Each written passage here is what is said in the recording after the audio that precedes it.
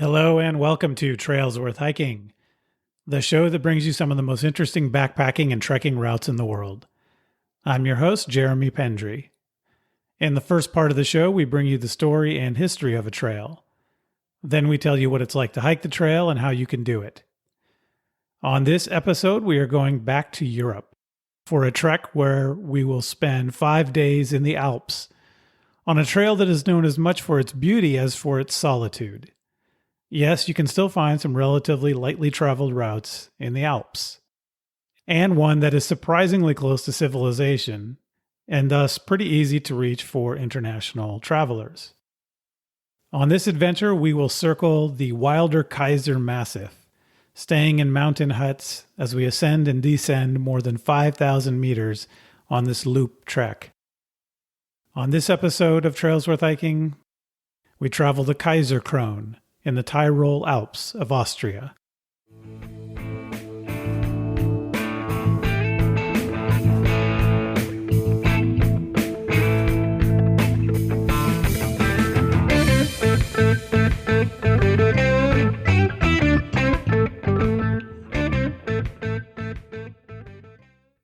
Welcome to the show, everyone. Remember to reach out to me at trailsworthhiking@gmail.com with ideas for future episodes. This episode's guest on the show is listener Alex Schoemann from Seattle, Washington. Alex hiked the Kaiserkrone in summer 2022, and I'm glad he was able to come on the show and tell us about it.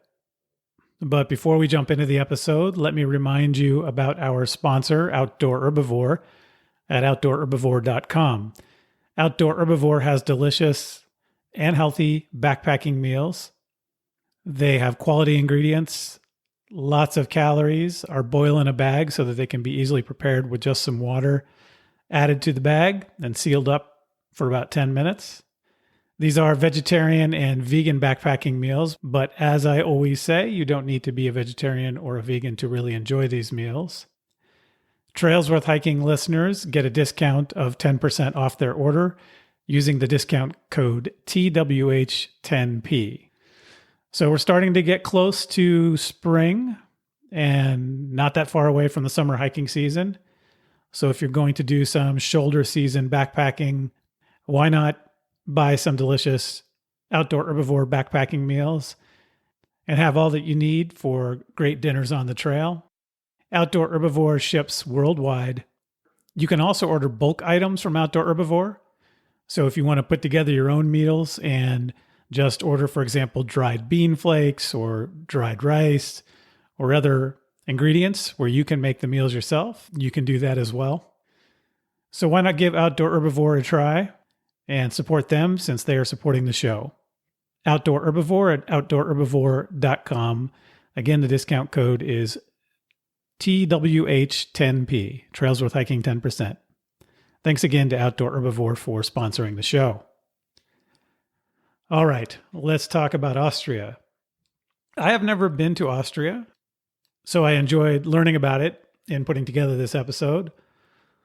So that's one reason I wanted to do this episode. I really like to learn about a place I haven't been to. But what was also really appealing to me about doing this episode is that it covers a less traveled part of the Alps. As you know from episode 22, the episode on the Tour de Mont Blanc, which was a fantastic trip that I hiked with my family and with another family. But it was also hard on that trail to get away from other travelers, which is fine if you expect that going in.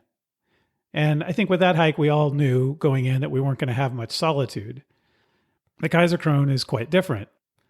So I hope after hearing this episode, you will want to go hike the Kaiserkrone, but don't tell anyone else about it, okay? All right, so we are back in the Alps.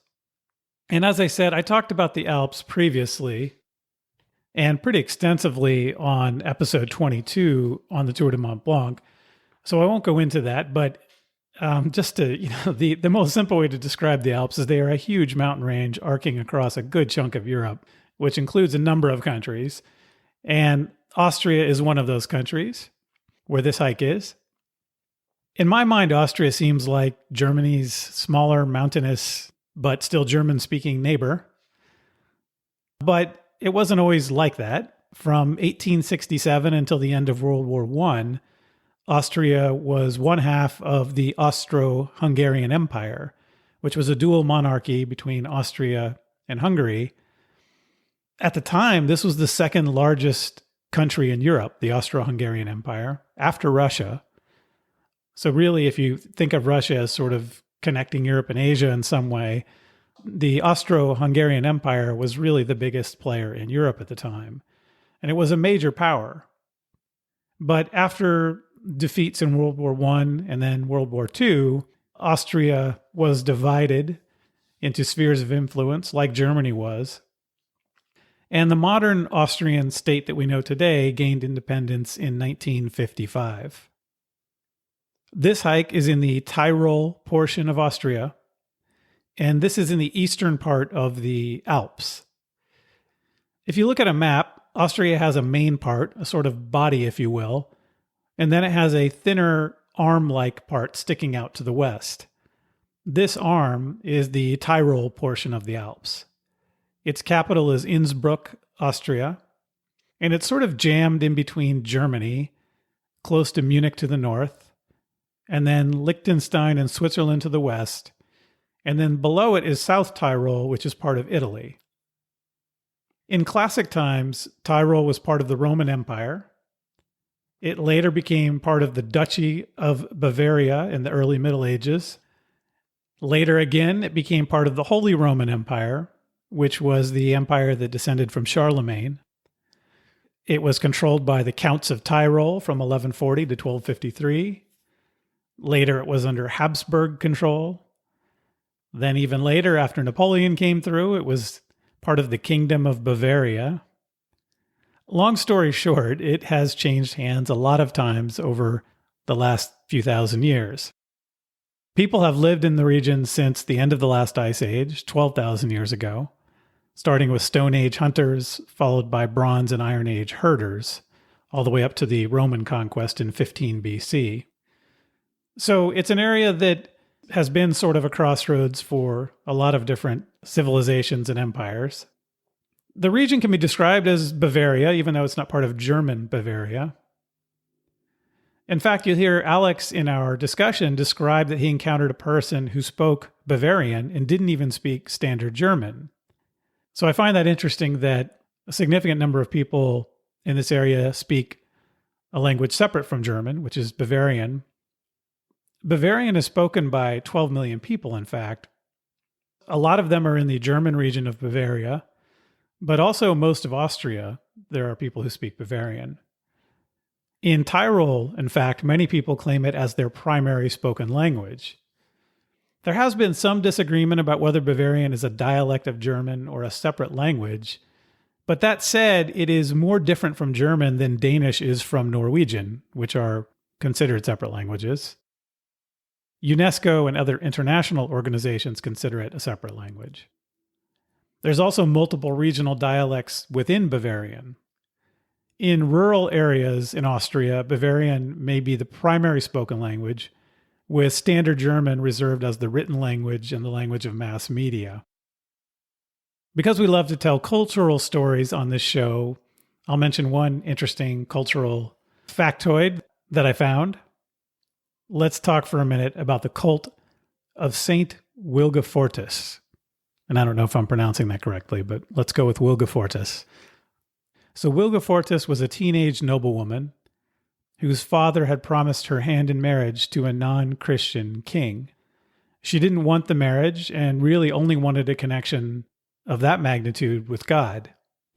So she prayed that she would be made repulsive so she wouldn't have to get married. And her prayers were answered and she grew a beard. And this ended her engagement to the non-Christian king. But her father was so upset that he had her crucified. In Bavaria, she is known as Kummernis. Again, forgive my pronunciation. Which, as I understand it, means grief or sadness. Saint Wilgefortis has never been officially canonized. But despite that, she has been viewed for centuries as the saint of women abused by their husbands. There was a cult around her that started in the 14th century. It was suppressed by the 16th century in much of Europe, but it lingered on all the way into the 20th century, particularly in German Bavaria and Austria. There is popular art from even the 20th century depicting her. She is typically depicted as a bearded woman, and in many cases being crucified. Even more particularly than being a popular figure in Austria, St. Wilgefortis has been popular in the Austrian Tyrol region. But what's interesting is if you look at our current social and political situation in the Western world, as you might imagine, today, a bearded crucified woman has taken on new meaning. And she is seen by some as the saint for transgender people or gender fluid people. I'm not clear on why her cult was so strong in Bavaria and Austria, but there you have it. A cultural tidbit too interesting to pass up. Let's switch back to the geography of this hike. The hike takes place in the Kaiser Mountains. The Kaiser Mountains include the Kaiser and the Wilder Kaiser. These are the northern limestone Alps. The Wilder Kaiser section is made up of bare limestone rock. The Kaiser Mountains are about 20 kilometers or about 12 miles from east to west, and 14 kilometers or almost 9 miles north-south. So not a huge mountain range, pretty approachable size. They're also not that high in elevation, even though they look very alpine. The highest peak is Elmauer Halt at 2,344 meters. So let's say a little over 7,000 feet. There are 40 summits in the Kaiser Range, and many of them are well known for climbing. The area was turned into a nature reserve that was established in 1963. Alex talks in our conversation about a chairlift that takes you to the top of an area where he began his hike. And because it was made a nature reserve, that is the only man-made lift in the area. The area is rich in flora and fauna. I'll just name a few things. For trees, you have beech and fir and spruce. There is a poisonous snake, which I thought was interesting, the common European adder that lives in the area. There are lots of small mammals like vole and hare. There's also chamois, which is sort of a wild mountain goat. There's lots of songbirds and wildflowers, as you might imagine, and also raptors like hawk and golden eagle and different types of owls. The Kaiserkrone name means the king's crown, and it refers to the way the mountain range looks, but this hike itself is a loop hike that goes in a circle around the range, so the route also makes me think of a crown. So with that background, let's jump into my conversation with Alex Schoemann about the Kaiserkrone.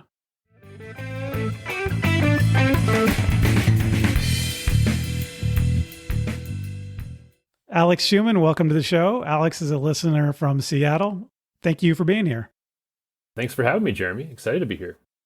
So, Alex, how did you get into backpacking and trekking to begin with? That's a good question. I grew up in Houston, Texas, so there's not a ton of trekking that you do there that isn't either very hot or very buggy, and really not a hiking mecca by any means. But yeah, when we were in high school, my family actually moved to Canada, where I started to get a lot more into the mountains and into both in the winter and the summer. But was very into kind of soccer and sports and things like that, and had never really tried backpacking. And it wasn't actually till grad school, I moved out to Seattle, that I really wanted to, give it a try. So the summer in between my grad school years, actually, just like committed to fully diving in. I think I went on 9 or 10 backpacking trips that summer and just kind of fell for it in terms of what it enables you to see when you can see it and how you can kind of experience it beyond just a day hike. Just kind of caught the bug and have kind of been pursuing that as my primary, form of recreation kind of ever since. So that's kind of how I got into it. I feel like I'm playing catch up a little later in life than a lot of people who kind of grow up backpacking, but that's kind of how I got into it. You might be surprised to hear that I did not grow up backpacking. Oh, really? There you go. Yeah, I grew up doing mostly car camping. Okay. With my family. So backpacking came to me later too, and I have definitely caught up. And it just if you keep doing it over and over, you'll get there. Exactly. So one of the things that caught my attention with you is that we're going to be talking about an international hut-to-hut trek. And you do a lot of backpacking also. And I think you may have heard, I don't know if you've listened to episodes where I've talked about that issue, but there are a lot of people who do one or the other. Mm-hmm. And I think it's great when there are people like you and like me who find joy in doing either one of those activities. So we're going to be talking about an international hut-to-hut trek. How did you get into doing that? Is that something even more recent? Yeah, I think similar to kind of the concept of playing catch up, when we were planning our honeymoon in 2019, that was when I planned our first hut-to-hut trek, which was the Altavia one. So, one you've covered. And I think with that, we were looking at ways we could kind of get outside and get that backpacking experience, but do it in kind of other parts of the world. And then when you realize that in Europe especially, there isn't a ton of dispersed camping that is even allowed. And the primary method is really staying in the huts and, getting that experience. So we decided to kind of give that a whirl when we did that trip. So wanted to essentially spend a lot of time outside a new location. Was really kind of how we got into it. But then, you realize you get to meet a lot more people that way because you're sharing meals at the same table and interfacing with all the other hikers and guests and things, people who are on, completely different itineraries. So that part I think is really fun and really exciting. And then you can't really beat the fact that you could wind up with a 3-course meal at the end of a long day of hiking or trekking. And in many cases, a very good 3-course meal and, cold beer and things like that. So I think it's a really nice way to do it. And I think you don't quite get the same level of dependence, on yourself, and you may not get the solitude, but you still get to be in really beautiful locations at, sunset and sunrise and, ultimately meet a lot of cool people, which I think is, worth that trade-off. So today we're going to be talking about the Kaiserkrone that you and your wife hiked in Austria this past summer. And that is not a trail that I had heard of before you brought it to my attention. And there are lots of trails in the Alps, of course. Yep. So how did you go from Altavia in 2019 and then coming out of COVID 2022 decide that the Kaiserkrone was a trail to do? Yeah, it is, I guess, a little random in a way, but we were planning to go to Europe this summer to actually meet up with some friends who were kind of having a reunion in London. And we didn't want to just fly to Europe for a weekend. We wanted to, make it a bigger trip. Not quite to the point in life where I can afford to fly to Europe for just a weekend, unfortunately. So we were looking at different things we could do. We knew we wanted to do something outside, but it was a little bit earlier in the season. Early June was when we were going to be in Europe. And so we didn't quite have a good feel for what snowpack and things like that we're looking for or going to look like. So we were looking at different trekking options, different hiking options, but ultimately we're shooting lower elevation was kind of one of the things I was looking at. So we were actually looking at this, and then a beach trek in Portugal were kind of the two I was really seriously looking at, just because early season weather was going to be a bit of a consideration. But the more research I did on the Kaiserkrone, I got really excited that it was very close to Munich, which made it super accessible for, kind of a multi-purpose trip. And then the altitude was such that we were not going to run into any problems, early in June. And then the level of detail you're able to find on even the Wilder Kaiser tourism board's website on all the different things you can do and where you can stay and all the different routes just got me really excited for what this area looked like and, the look and feel. And so that's kind of how we ultimately landed on it. But it was, a combination of focused on what we could do early season, as well as, kind of accessibility, and ultimately spending, as much time doing the backpacking and doing the hiking versus, a lot of places that are, maybe take several days just to get to where you're going before you can start hiking. So those were kind of the big considerations in the research. So you mentioned the Wilder Kaiser website, which I also looked at before we talked tonight, and that did have a lot of great information. Did you also look at any other resources that were important for planning? The other question I had about that is, in a hut-to-hut hike, often there have to be reservations, and I don't know if that was something you had to deal with also, and how you handled that. Yes. So made a lot of use of that website, which is, I think, one of the best tourism board websites I've ever seen in terms of the detail for the actual activities.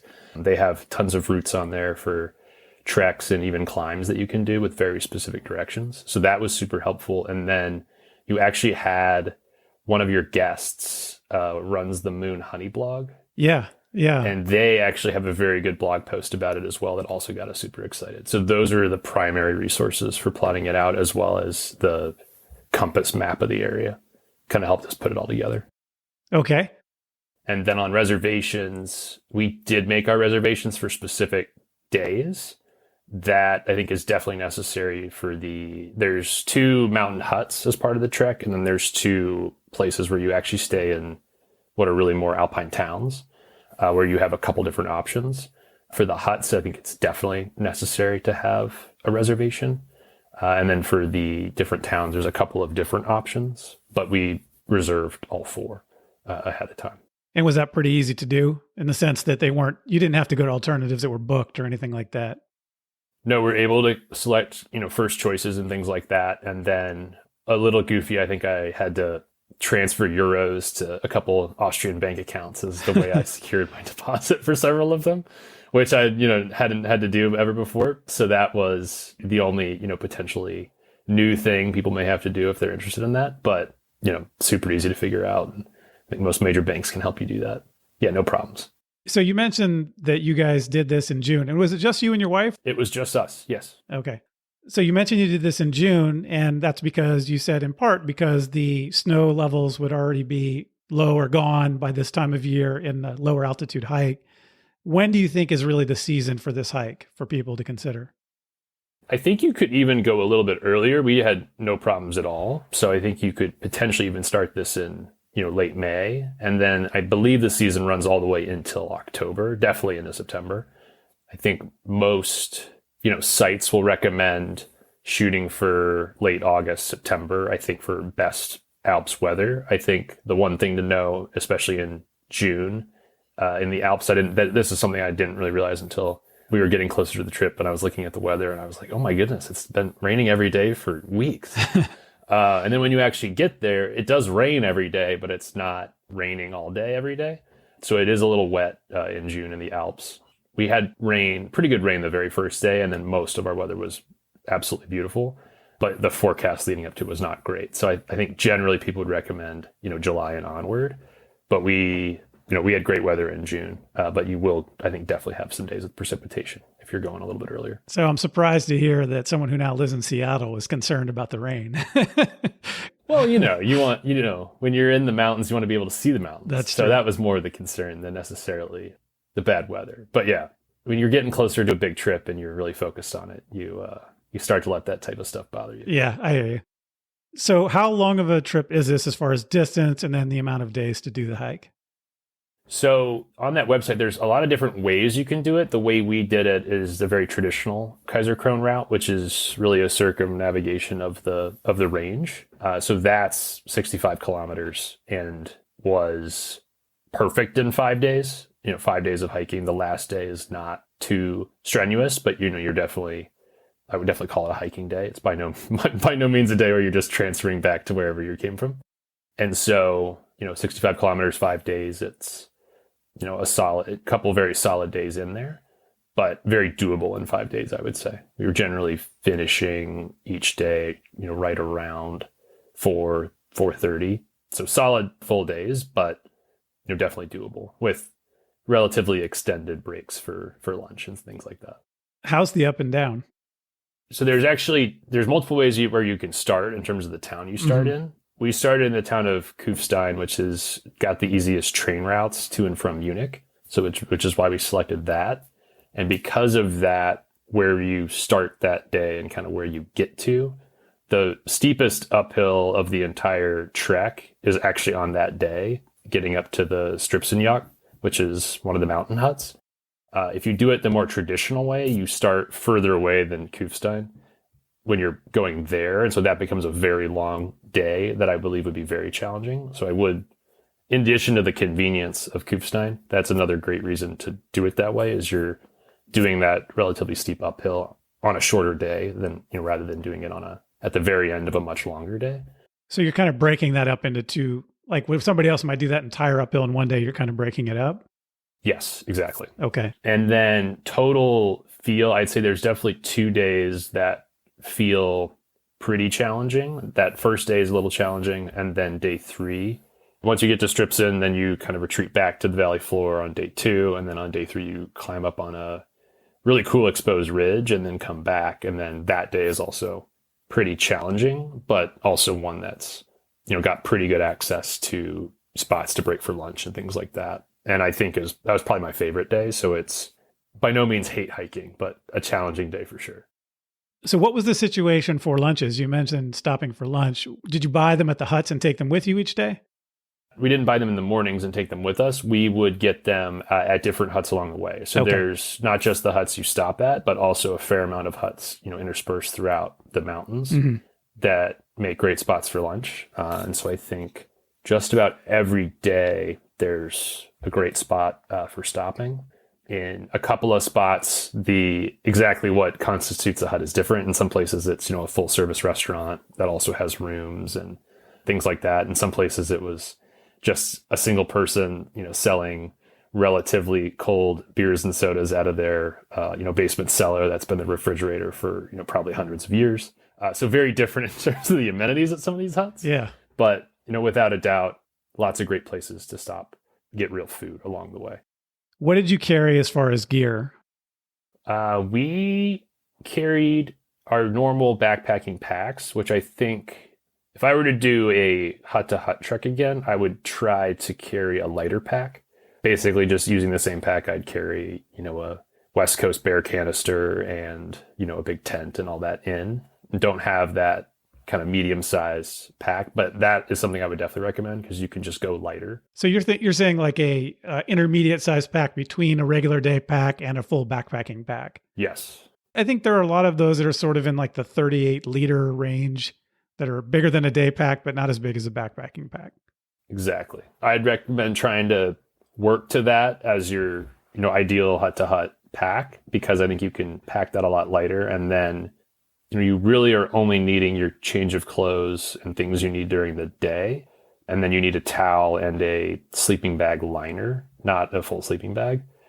So it's really more day pack gear plus whatever clothes you need to feel fresh, for 5 days of hiking with no real access to laundry. So if that's 5 outfits, that's 5 outfits. If that's slightly less than that, that's, I think up to everybody. But I think when you have a bigger pack, you kind of find ways to fill it.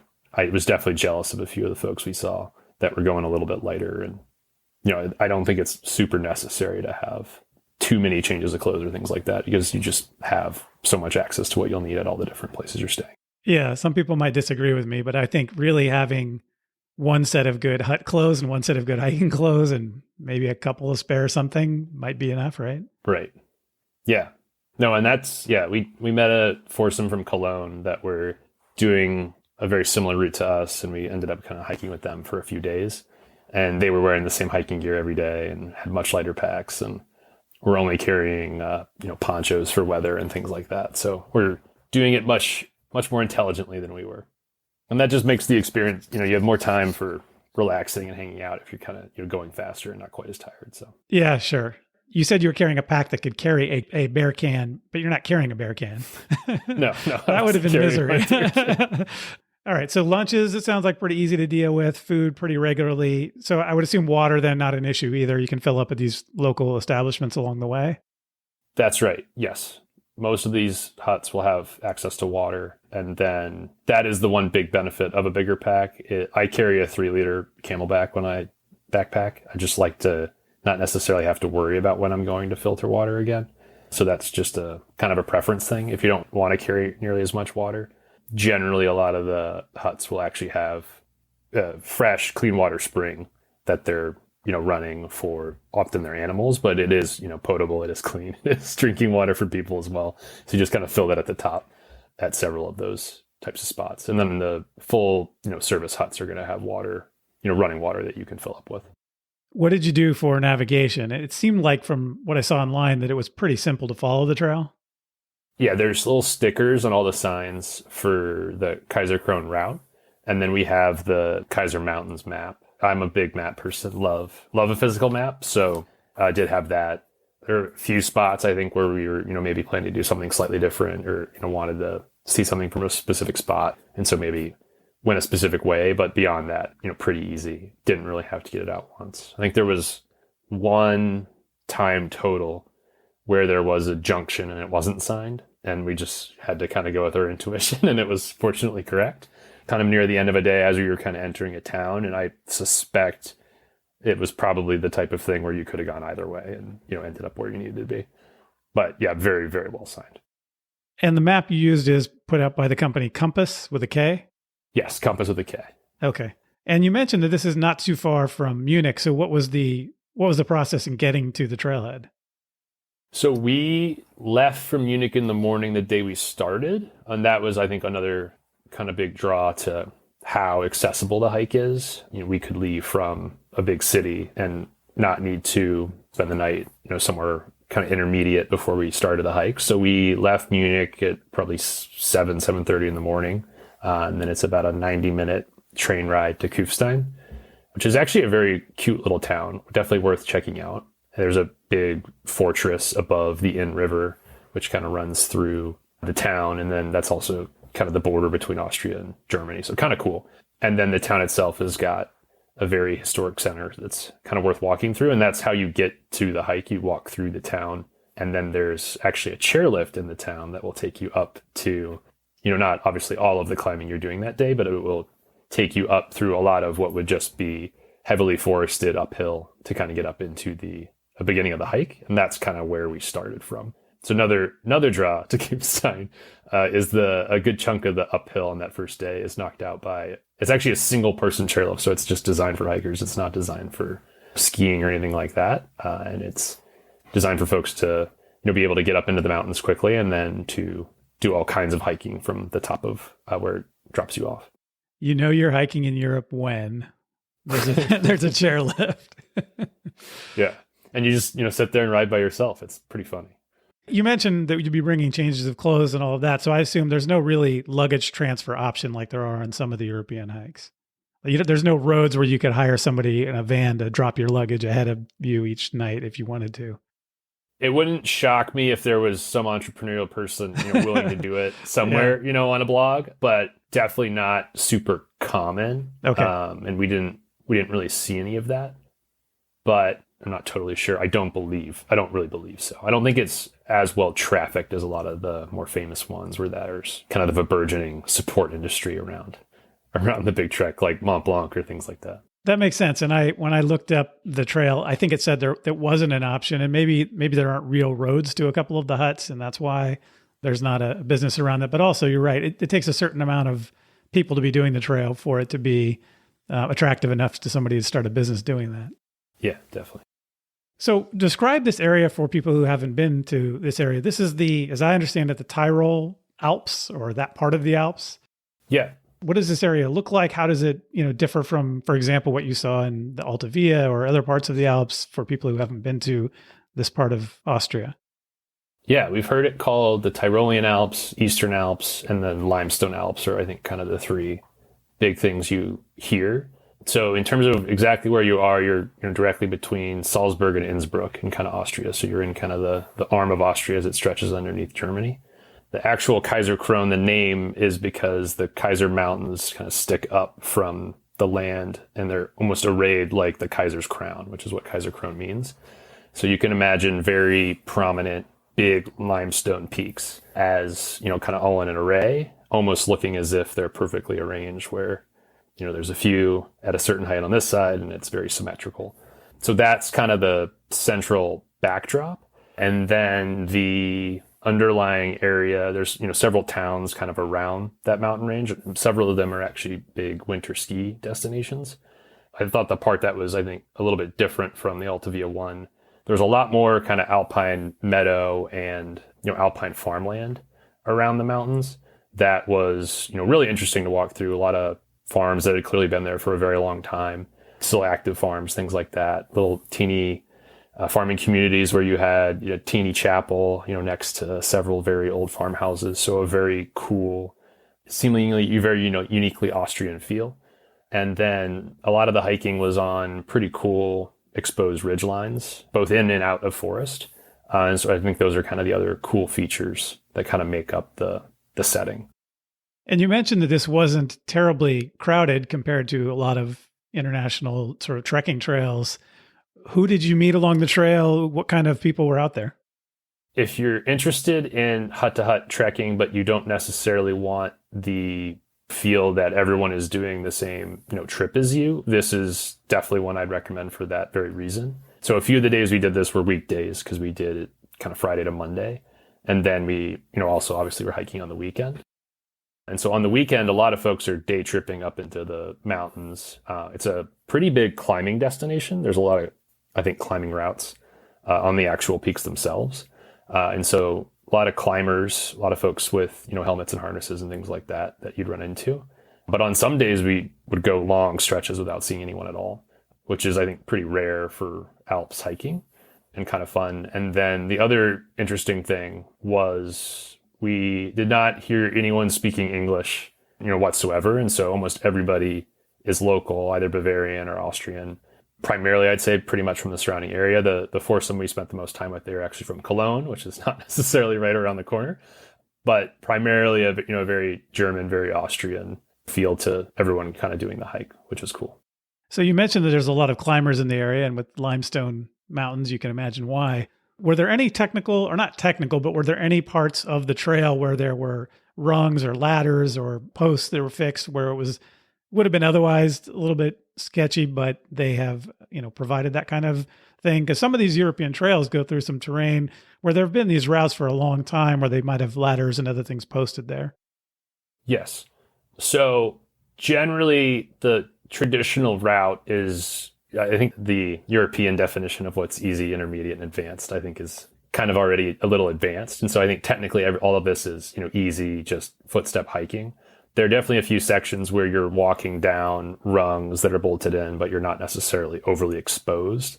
And on the first day and the third day, there are very interesting, very fun periods where you're walking along, relatively narrow pathway, weaving your way through a valley. On the first day, there's several creek crossings that are fun, not challenging by any means. A couple sections where it's, almost like a staircase down a ridge, because that's how you're kind of getting down into a valley. And then on the third day, there is one section where you're climbing rungs that are actually bolted into a waterfall. Wow. But it's very brief, and there is by no means need for a harness. And then there's a bit of a portion where you're not scrambling by any means, but it is very steep, and you are kind of coming up a gully on the third day. That is a little bit challenging, but generally the traditional route is kind of graded as easy.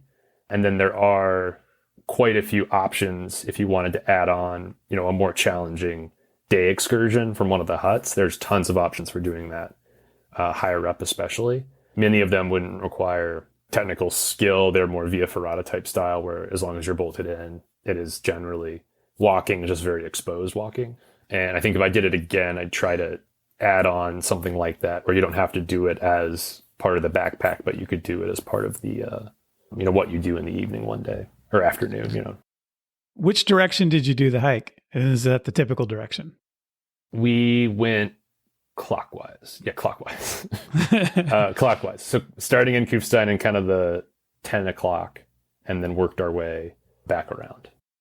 Is that the standard way to do it? The super traditional way, you actually start at about 6 o'clock and then go clockwise. Okay, but same direction. Same direction, yes. Okay. So why don't we go through generally how the hike went for you? We'll go just a little bit through each day, and you can tell me about some of the things that were most interesting about each day or particularly challenging, and maybe a little bit about the huts that you stayed at or the villages you stayed in along the way as well. Does that make sense? Yeah, it sounds great. Okay. So day one, I'm going to let you say the names because I will butcher them badly. I mean, I will butcher them as well, unfortunately. Both my grandfathers spoke German, but I do not, unfortunately. So day one, again, we kind of started in Kufstein and got up to the top of the chairlift. So we'll kind of walk you through that. Okay. And when you get up there, we learned on the last day, when you do it through Kufstein, you get to start and stop in that same spot, and then you actually just take the chairlift down to finish. You have a great view of the in-river valley and the mountain range behind Kufstein. on a pretty day. We had pretty wet weather that day, so we didn't really know what we were entering into when we got to the top on day one. And at the beginning, you're kind of walking on farm access roads because where you're headed is actually a bit of a farming community on day one. And so the first bit is just a little bit of a climb from there over to the west, and then you hit the Kindelhütte, which was our kind of first stop that day. And that one is just set in this really cool valley right underneath one of the rock faces. It had this teeny little chapel that was like the size of this office that I'm in, with a white picket fence around it, a couple other kind of outlying buildings, things like that. And because it was super rainy and Friday, when we got up there, we were the only people at that hut. Kind of stopped there for a breakfast. It was not very far to get up there, but because we had started with the train and then walked through Kufstein and then done the chairlift, by then we were kind of ready for a bite to eat. So that was a really cool spot. And then on the final day, you get to actually come back through there. So we had lunch again there, and realized how beautiful the setting truly was when you could see it in the sun. But that was a really cool spot. And then from there, you kind of head straight east and you traverse a couple more farms. And then you get onto this portion of the trail where the trail actually is named like the Batterstieg, I believe is what it's called. And then that portion was what I was kind of talking about earlier when you asked the question about how technical it is. Mm-hmm. Most of that route was very narrow, very much kind of tucked onto relatively steep side of the mountain. You're kind of working your way down into a valley where you have several creek crossings, things like that. And most of the descent is either full-on staircase or the prongs that are kind of bolted in. So kind of fun, a little challenging in the weather for sure on that day, but definitely doable. And the whole way you're kind of working your way back down to the valley that's right underneath Stripsen Joch, or Stripsen Ja. You don't pronounce the Joch. Ja is ridge, and that's basically like the Kaiserkrone is perpendicular east-west, and then that ridge actually juts out kind of north-south. And so you're working your way to kind of a notch between them is where you're headed on that kind of lower valley portion. And then when we got there, the weather kind of broke, and we had this beautiful kind of sunny afternoon. And then there's two huts in that valley, both of which you could stay at. Hansburger House is one of them, which just sounded like the most perfect name for an Austrian hut. And that's where we stopped for lunch. They had a little goat farm. They were right on a little creek. And you could actually see our destination from there, the Stripsen house. Had a great view of the peaks in the background. We had, I think, cake and beer there, so you can't go wrong with that combination. And then from there, it's probably a little less than a 2-hour climb, like another 90 minutes, but that's the challenging portion. That's, mostly just straight uphill. And so you hit one more hut kind of in the forest. And then as you make your way up, you'll get above the tree line a little bit. There's actually one of the few spots we saw along the way. There's a relatively makeshift lean-to, almost like one you'd see on the Appalachian Trail, that you could stop at if you hit bad weather right before you got to the hut that actually has beds. And then right on the, kind of almost like dragon's tail of that pass is where the Stripsen house is. And that's where we stayed the first night. And that's a really cool setting because it's a cool ridge, and then the ridge actually kind of rises behind it. And so for the evening, you can go up and climb the ridge behind it. And then you have an incredible view of where you're sleeping, the mountain range behind you. And then you get, very classic, pink alpenglow from that spot. That was definitely a highlight, was, seeing all that that evening. And then almost all the peaks in this area have crosses on them because of how Catholic Austria is. So there's a couple of those back there that are cool to see. And that hut is, a very traditional mountain hut. So dormitory style? Dormitory style. They do have rooms, private rooms. That's one of the requests from my backpacking partner is private rooms, but kind of open seating for dinner. And they do have a set, or not a set menu. They do you order off a menu, which is, I think, kind of a luxury for a lot of huts. So that was great. And then they have a bit of a terrace that kind of looks out over the center of the range. That's, really great for sitting out there in the evening. So a really cool spot, and entering that first valley with the church and the little farmhouses and then getting up there for the evening were both like incredible experiences where you're like, this is why I'm doing this. This is why I selected this type of trail. Yeah, once you do something like that, you feel like I have arrived. I'm here. Exactly. Yeah. And so what about day 2? So day 2, that kind of Dragon's Tail Ridge that I was describing runs kind of straight out from the Kaiser Mountains, and then it hooks to the east and slowly descends as it hooks to the east. So you start that day, wake up there in the morning, Stripson did a great full breakfast, so great spot for getting the day going. And then you climb the Stripson Kopf, which is the actual peak behind the hut on the ridge. So the beginning of day 2 is just a straight ascent up that. I mean, it is a peak itself. And so there's a little gazebo at the top that has charts of like all the different prominent peaks in the region, has a book of, everyone who's been up there, the founders who built the gazebo in like the 1920s, things like that. So a cool spot for taking everything in. And you can see some of the biggest mountains in Germany are actually kind of straight west of there. So that's a cool spot for seeing things kind of beyond the Kaiser range. So a cool way to start the day. The getting up there probably takes the first hour. It's actually pretty quick. It's not substantial distance. It's just a pretty good climb to get up there. And then once you're up there, you're basically traversing that ridge all the way across.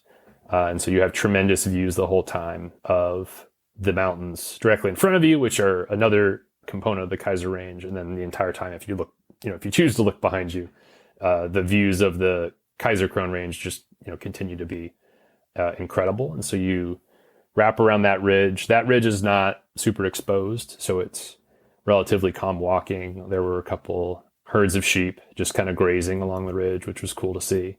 And then eventually you make your way to a bit more, a couple farms along that ridge that are actively operational, so not serving as huts. And then you make your way to a bit of a birch forest and then back down to the valley floor. And then from there, you just walk along a river to the town of Grindenau. And that's where we had lunch. And that was town, like a real road running through it, farming community, very cool approach, kind of walking through some farm fields. And then there were a couple real inns at the center of town. That's where we had lunch. So that was there. And then from there to where we ended up staying, which was in Gasteig, is probably another hour just walking south, and you walk through more of a forest to get to Gasteig. And then that's set back from the mountains. You have a view looking to the west of the whole range, which was really cool. And we stayed it was almost like a farm resort. It was really cool. It felt like everybody that was there was like a young Austrian family taking their children there, because they had horse rides and you could feed the chickens and the goats and things like that. They had an amazing view of the mountains. It just felt like a very happy, fun place. So that was, very different than a mountain hut, but a very fun place to stay. That's cool when you get a very different experience from day to day. Yeah. So that was cool. And the rooms there were really, really nice. And they had a really good restaurant. So would definitely recommend staying there. Hotel Kramerhof was the name of the kind of farm resort. Very cool spot. Okay. All right. And then you're almost halfway there in day 3. Yep. And so day 3 is somewhat similar to day 1 in terms of being a big ascent day. And day 3 is probably my favorite full day in terms of the hiking you do. And this was also Sunday of our day of hiking, and probably the best weather we had, which may somewhat influence that. But throughout this day, there were probably 100, 200 people paragliding above the peaks that day. And so that just made for like the coolest, view of 100, little specks above a very cool mountain. But the beginning of this day is climbing back out of Gasteig. And so you very quickly, the trail really runs straight to Hotel Kramerhof and then kind of continues basically from their property. So the other benefit of staying there is you add no distance by staying there whatsoever. But very quickly you kind of get to rolling farm fields that ascend, more quickly than I think you'd realize. But really cool spots where you're seeing some very old farmhouses, and you have more peekaboo views of the peaks that you're headed towards. And then there's one steep switchback section where when you reach the top of that, you realize you're on a very narrow ridge at kind of the southeastern tip of kind of the Kaiserkrone range. And you have to make your way along this very narrow ridge for a pretty good distance before you're back to just full walking. And so this part was nothing overly exposed by any means, but you had great views to the south, which was the first time we had views to the south, where you could see a lot of the ski villages that are south of that area. And then there's a fair amount of kind of via ferrata type routes to get up to that ridge from the other side. The way we came up was just hiking, but very cool to see. And then you're weaving your way up and around that ridge. And then you ultimately get to another very cool valley that had a dairy farm in it. And then beyond that was the first hut we stopped at for that day that I described a little bit earlier, which was truly just an old Austrian man who was serving beverages out of his basement because his basement was a natural refrigerator. So we met a couple from Bavaria who spoke English while we were there. And we were explaining that we had tried to learn German really hard. And we were really bummed that we couldn't get a word out of him. And we weren't sure he understood a word we said. And she said, well, he doesn't speak German anyway. He's only speaking Bavarian.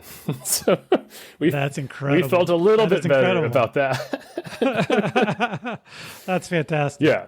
But that was one of the cooler experiences because it was, and then she explained to us that, she'd been talking to him and he only comes up if the temperature is between, these thresholds and there's no rain in the forecast. And so the only reason he's there is because it was a gorgeous day and he just comes up to, sell very cheap beers to people. So kind of cool. Yeah. And where'd you end up that evening? So from there, this day was probably the longest day we had because of the way we did it. So that was really probably only halfway point of this day. And we actually stopped for a second lunch because he didn't serve food. So we stopped for a beer with this guy and then continued on. And then from there, you wrap up through kind of another farm field. And then you actually descend through a pretty cool bowl. And then you'd get down to more of a real hut that people are accessing from kind of the south central part of the mountain range.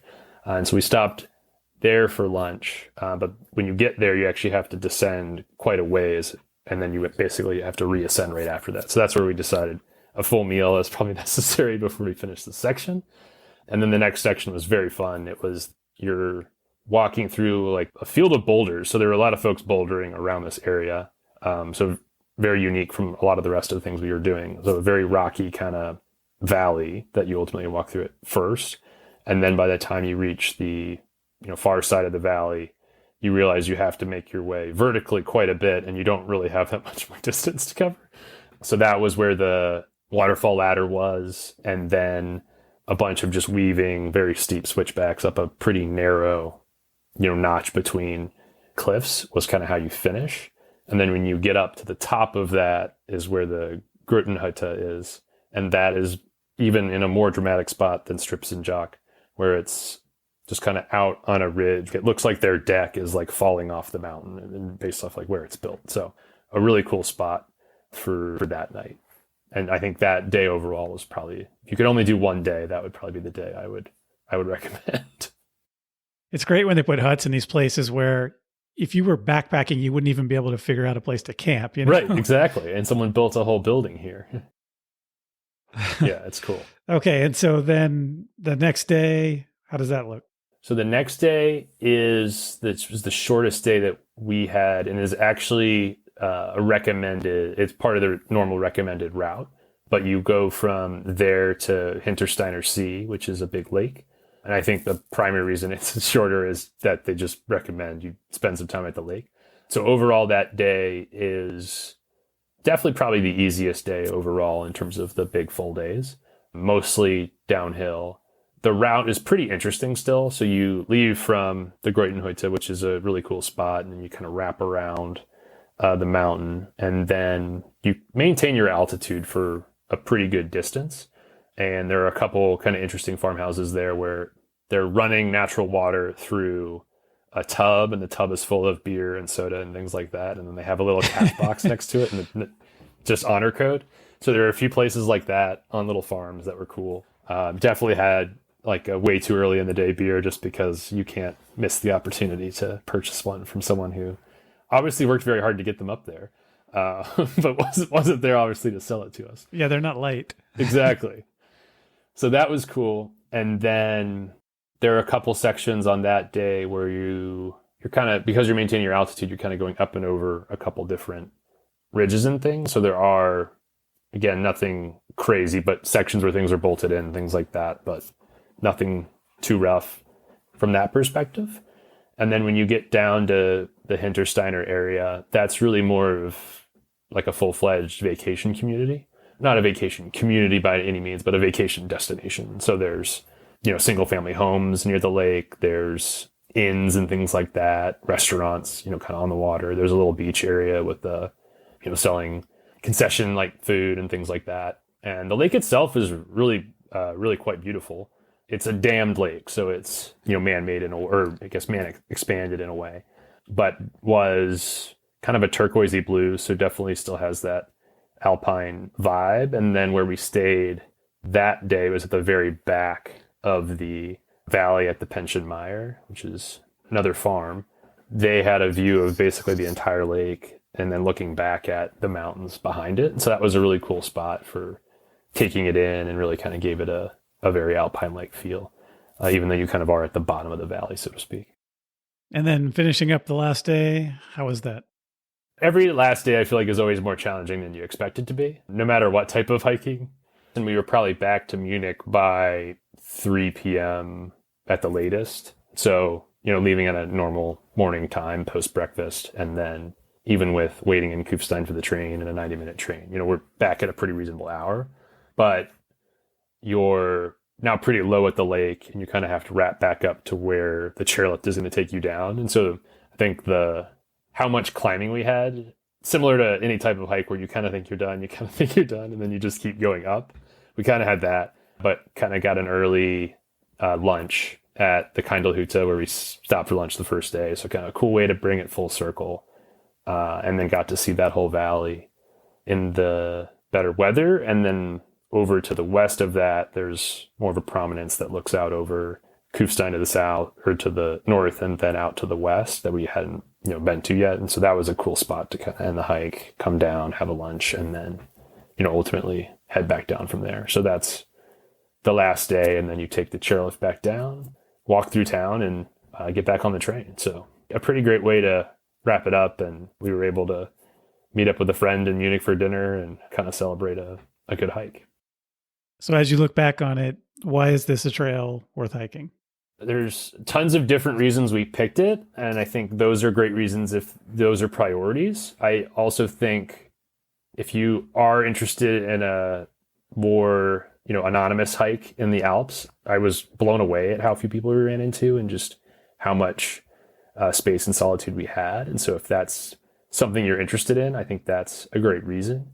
And then I think the uniqueness of where you get to stay throughout that hike is pretty unique. On the Altavia one, all the huts are very cool and they're very interesting, and family run places and all that. And by no means am I suggesting there isn't diversity and all that, but being able to stay at, on a farm and then at a mountain hut and, on a lake is, super unique. And, you could go swimming in the lake if you wanted to. And so every day felt a little bit different, which was, I think, pretty fun and unique. And then going back, and especially if you're planning another trip, the ability to add on things where you're doing a little bit of a via ferrata and kind of heading up and into the mountains a little bit more, but not needing to have that be part of the trek. So you don't, if you want to do that, but don't want to do it with your big backpacking pack, that's also an option. So I think there's lots of cool ways to, make this a really fun and unique trip in addition. Is there a particular moment along the hike that stands out for you? Getting up to Stripsenjoch the first evening definitely stands out. We had rougher weather all day, and then we had a great sunset, and the limestone turning pink was just wild. So that stands out for sure. The sitting outside on the porch of that older man's farmhouse, and talking to that couple, and then looking up at the paragliders, I think those are kind of the two that most stood out. And then when we got to the Greutenhütte, that's where we met our friends from Cologne and ended up kind of hiking with them for the next 2 days. So that was also kind of a fun experience. Got to share dinner with them, and then all realized we were ultimately about the same age and had a fair bit in common. Mm-hmm. So that was fun.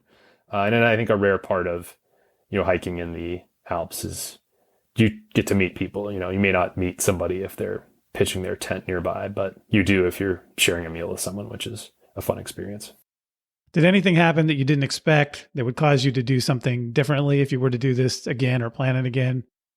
Or anything about what you planned to do that didn't quite work out the way you hoped? Or I think everything worked out relatively well, just in terms of expectations. I think I've recommended it twice already, but I would definitely try to do something with the Via Ferrata stuff or kind of going up and into the range a little bit more. And then there's a benefit of never hearing English, which is you just feel like you're having a very local experience. The one counter to that is there was one hut where they had to find someone who spoke English in order to check us in.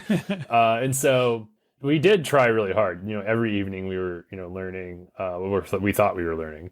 We learned something for sure, on Duolingo and things like that. But you can, I think, bring language resources that help you in the moment that you don't really think to bring when you're a modern traveler who has their phone with them all the time, they think.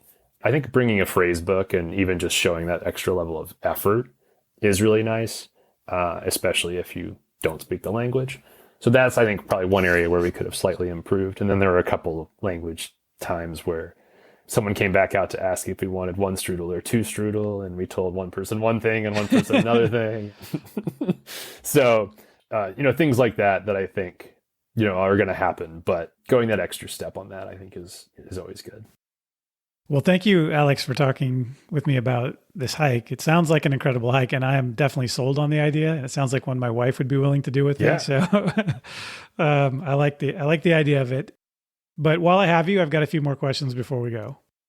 So what is the one hike you've done besides this one that others shouldn't miss out on? The one hike that I've done that I think others should not miss out on is a local Seattle one. The High Divide Trail in Olympic National Park was one that had been on the list for a really long time, and we got to do in the summer of 2021 and kind of blew away all expectations in terms of, Alpine Lake Basin. We saw probably 6 or 7 bears on that trip. Went to sleep, still seeing where the bears were as we went to bed in our tent, which is definitely a first. And they were still where they were, when we woke up the next morning. Pretty far away, but still, it's weird to close your tent up knowing that there is a bear, where it is. And then I think just a really unique kind of rainforest type experience you get with really cool waterfalls before you even get up and into the mountains. So that one, in terms of kind of, I think, a highlight of Washington backpacking and hiking, is definitely one not to miss if you're headed out that way. What's the next trip on your list? We've had it on our list for a while in Eastern Oregon, the Wallowas. I always say them wrong. The Wallowas or Wallowas. But definitely want to head out there next summer. That's been on the list for a bit, and had a couple friends that went out there this past summer and, raved about it. And so I think that's kind of on the list for next year. So this is east of the Cascades, like east of Bend and all that, out in the desert kind of, but mountainous sort of desert. It is definitely pretty dry, but a lot of it, there, alpine lakes, things like that. It doesn't necessarily look like a desert. Oh, okay. It looks pretty similar, I would say, to the Cascades. But it's almost like you're so far east of Bend, you've driven through quite a bit of desert, and then you get to another mountain range in the northeastern corner. Okay.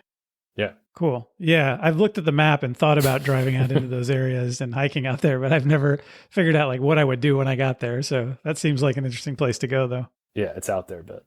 All right. Last question. What is the dumbest thing you've ever done hiking? This ties into what we were talking about before we got on, where you were just in the Highlands, but I visited Scotland in March once, and a bunch of dumb college-age kids, decided that we needed to go hiking despite the weather.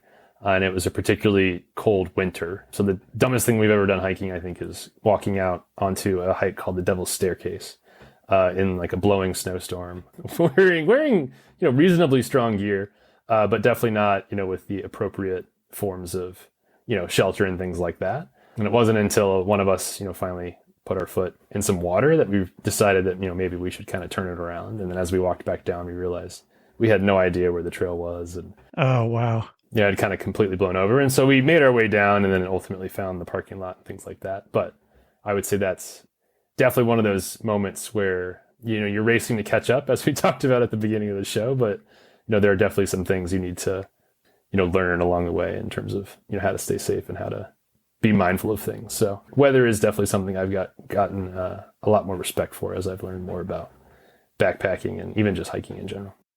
Alex Schoemann, thank you for coming on the show. I appreciate it. Yeah, thank you, Jeremy. Really enjoyed it.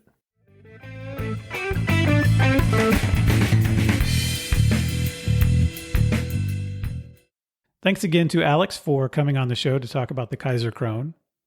I hope that Alex and I have inspired you to consider hiking the Kaiserkrone. And if you enjoyed this episode, tell a friend about it, or better yet, give us a good review on whichever podcast service you use. And keep in mind that this podcast is entertainment and meant to spark your interest. If you decide to hike the trail, do your own research. Like anything else worth doing, outdoor adventure has risk. So when you go, pack your common sense, and when you get back, tell me how it went. Let's talk about our next episode. Next time on Trails Worth Hiking, we have a special episode. In late 2021, I had a significant birthday. Let's just say it was a big round number. I decided then that in 2022, I would do a multi-day outdoor adventure every month of the year. Well, how did that work out? I backpacked the coast, foothills, mountains, and deserts with an international trip thrown in to boot. I stayed in a tent cabin, B&Bs, Airbnbs, guest houses, inns, and hotels. I hiked solo, with friends, and with family. Was I able to pack 12 trips into the year? Well, we'll see. Next time on Trails Worth Hiking, you get a lot more for your time as we see if I was able to do 12 hikes in 12 months. All right. If you have any questions or feedback on this episode or ideas for future episodes, including if you'd like to be a guest and talk about a trail that you've hiked, reach out to me at trailsworthhiking@gmail.com. So start planning your next hike. And before you know it, you'll be on the trail. Thanks for listening.